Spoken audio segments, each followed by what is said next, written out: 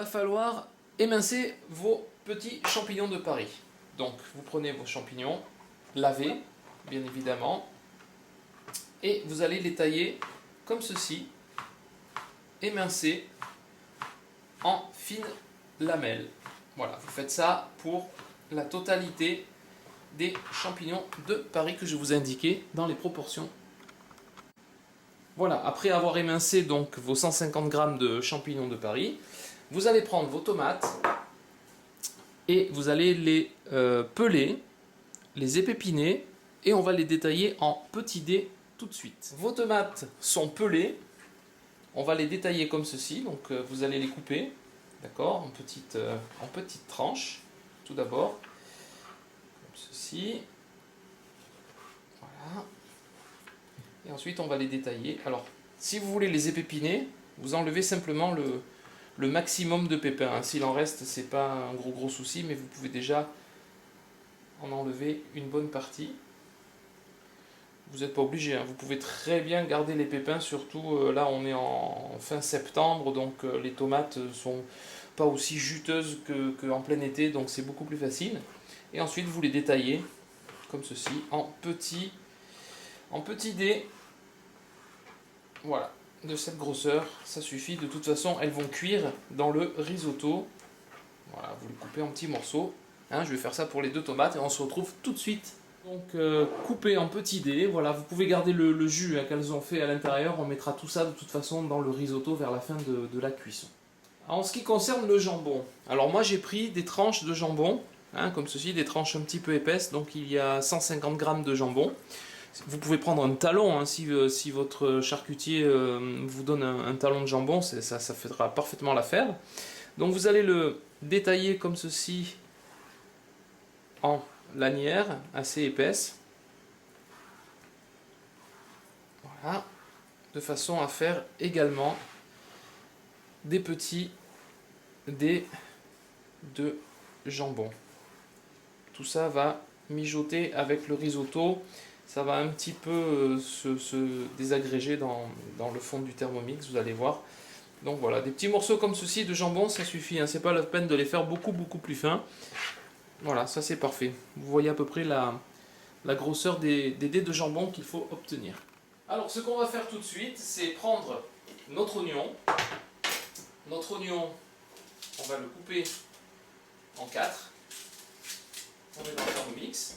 Notre carotte, on va la couper en gros tronçons. Vous fermez bien le couvercle. Et on va mixer tout ça pendant à peu près 5-6 secondes à vitesse 4.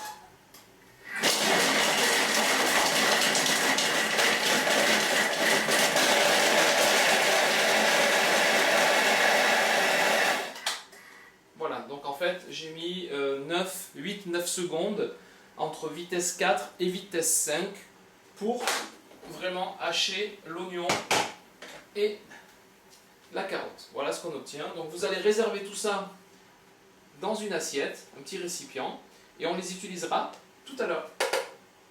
Parfait, donc vous avez débarrassé le Thermomix de l'oignon et de la carotte qui étaient donc hachés.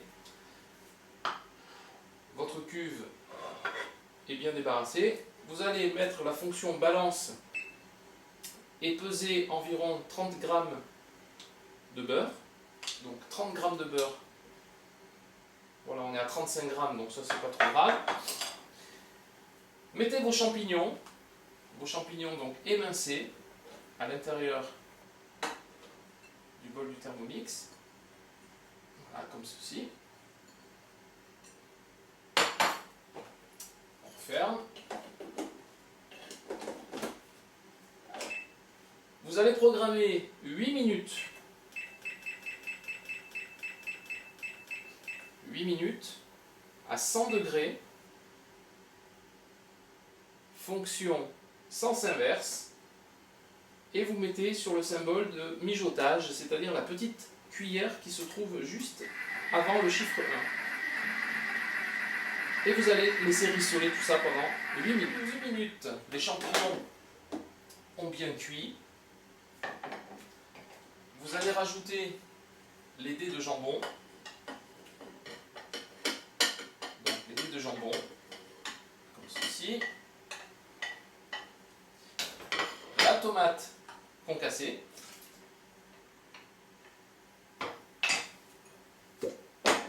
Un petit peu de sel, donc une bonne pincée de sel, du poivre,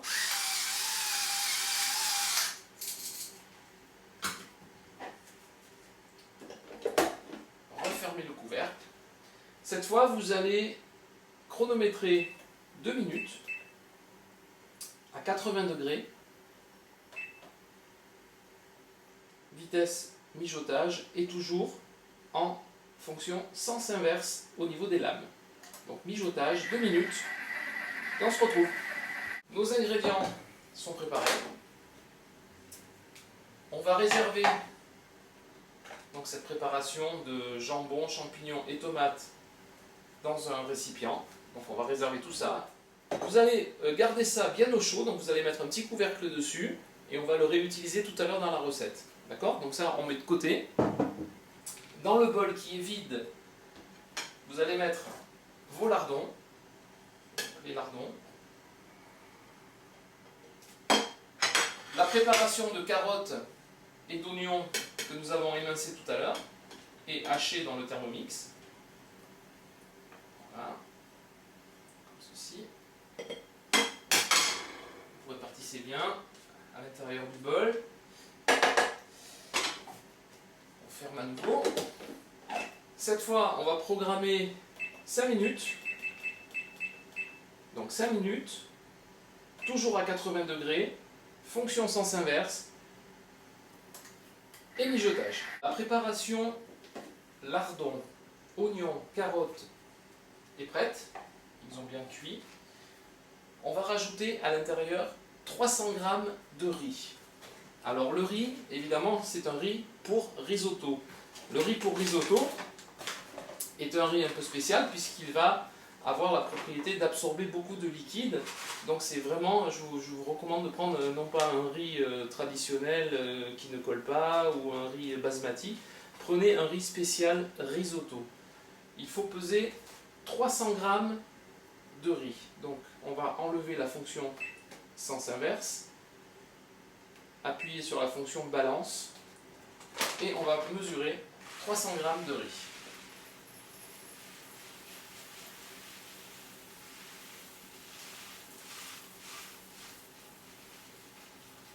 Voilà, 300 g de riz dans lequel on va rajouter nos 10 centilitres de vin blanc sec et également les 1 litre de bouillon de volaille. Donc pour faire ce bouillon de volaille, soit vous avez effectivement du vrai bouillon de volaille que vous aurez fait vous-même, soit vous, comme moi, j'ai utilisé 2 cubes de bouillon et que j'ai dilué dans 1 litre d'eau chaude. Comme ça, le bouillon va se diluer très très vite. On rajoute tout ce liquide dans le bol du Thermomix. Tous nos ingrédients sont à l'intérieur. Le risotto est prêt à être cuit. On ferme bien. On ne met pas le petit capuchon sur le couvercle, on va laisser s'évaporer. Vous allez mesurer un temps de 20 minutes. Donc 20 minutes, 100 degrés.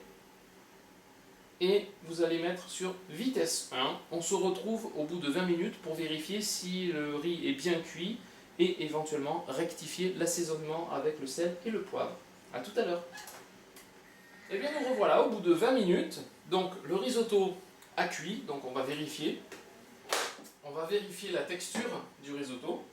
Alors très important, hein, je vous disais tout à l'heure de ne pas mettre le petit capuchon sur le couvercle parce que le principe du risotto, c'est que déjà le riz absorbe de lui-même tout le liquide contenu dans le bol, mais qu'aussi il y ait une évaporation qui se fasse. Donc l'évaporation va quand même permettre de diminuer le volume d'eau et vous devez obtenir quelque chose qui ne soit pas liquide. Hein, le risotto est quand même quelque chose de d'onctueux, donc je ne sais pas si on voit bien ici à la caméra, mais voilà, vous obtenez à peu près cette texture quoi. Hein. C'est un riz qui est quand même mouillé de liquide, mais la finalité n'est pas liquide complètement, c'est légèrement onctueux. On va réserver ça dans un plat et on va dresser pour le final pour pouvoir déguster. A tout de suite. Voici notre plat de présentation pour le repas. Donc hop, on verse notre risotto à l'intérieur. Hein. On racle bien les parois du Thermomix. Donc là, il y en a facilement en quantité pour 4, 5, voire même 6 personnes, hein, en fonction de votre appétit. Mais il y en a largement 4 à 5 grosses portions de risotto. Donc à mon avis, si vous êtes des petits mangeurs, eh ben, vous pouvez en faire quasiment pour 7, 8 personnes. Très largement. Voilà, donc votre risotto est ici. On va rajouter la préparation de champignons de tout à l'heure. Donc là, vous voyez, il y a quand même pas mal de jus. Donc ça, vous pouvez l'égoutter. Donc on va égoutter parce que sinon, ça va être quelque chose de trop liquide. Donc je reviens tout de suite et j'égoutte tout le jus qu'a rendu la tomate et le champignon. Voilà de retour, donc avec la préparation de champignons, jambon et tomates. Voilà, alors prévoyez un grand saladier, hein. Moi j'ai peut-être prévu un tout petit peu juste. Au niveau de l'assaisonnement, c'est parfait, c'est bien salé, bien poivré. On va rajouter voilà, une bonne cuillère de beurre. Alors en principe, vous devriez rajouter quelque chose comme 40 g de beurre. Donc on va rajouter, voilà, ça fait à peu près, par habitude, hein, 40 g de beurre, selon les goûts. Mettez un petit peu de persil ciselé. Voilà, et vous mélangez bien le tout. Vous allez mélanger bien le tout et servir tout ça avec un petit peu de parmesan râpé sur le dessus. Je vous souhaite un bon appétit. On se retrouve d'ici quelques semaines pour une prochaine recette sur le site Thermomix et sur mon blog. A très bientôt. Au revoir.